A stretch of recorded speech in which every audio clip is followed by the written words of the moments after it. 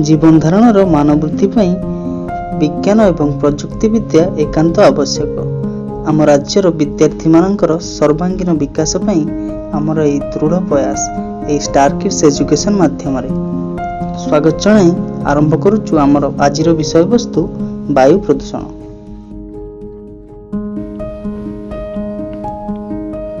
प्रकृतिर अनेक किछि अवदान मध्यरु वायु होछि अत्यंत आवश्यक एवं अन्यतम उपादान, जार अनुपस्थिति रे प्राणी और उद्भिद उभयंकर पृथ्वी पृष्ठरे बंची रहिबा कष्टकर। पिलामाने वायु हेउछि विभिन्न प्रकार गैस मिश्रण जेउथिरे प्राय 78% जबखारजान और 21% अम्लजान एवं अति कम मात्रा रे अंगारकाम्ल, मिथेन, ओजोन और आर्गन भली गैस एवं जलीय बाष्प थाए।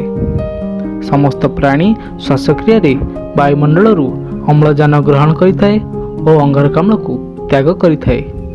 अपरपक्षे उद्भिज जगत श्वासक्रिया रे अंगारकाम्ल को ग्रहण करने सहित अम्लजान को त्याग करिथाए।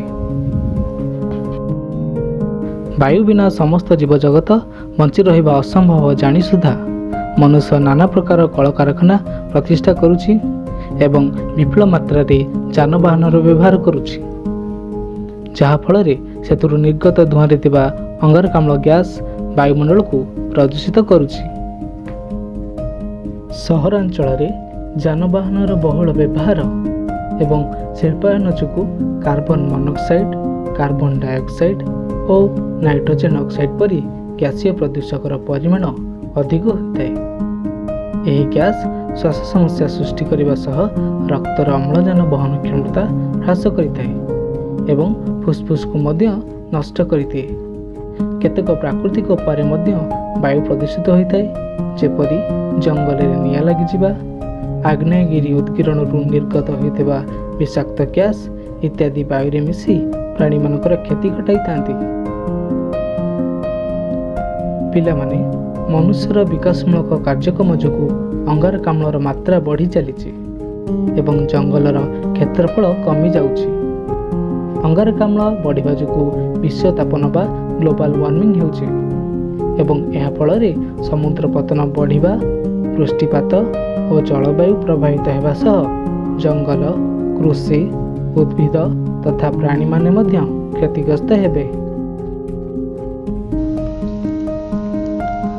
पिलामाने वायु प्रदूषण कमाइबा पई प्रथमे आमको क्षतिकारक गैस परिमाण को नियंत्रण करबाक हेबो।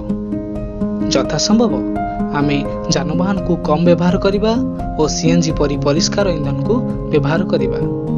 कोयला, पेट्रोल आदि जीवाश्म ईंधन बदल रे धीरे धीरे सौर शक्ति, जल विद्युत शक्ति और पवन शक्ति आदि विकल्प को ईंधन भाव में व्यवहार करिबा। यह द्वारा वायु अपेक्षाकृत निर्मल रहिबो एवं समस्ते हस खुशी रे जीवन यापन करिवे।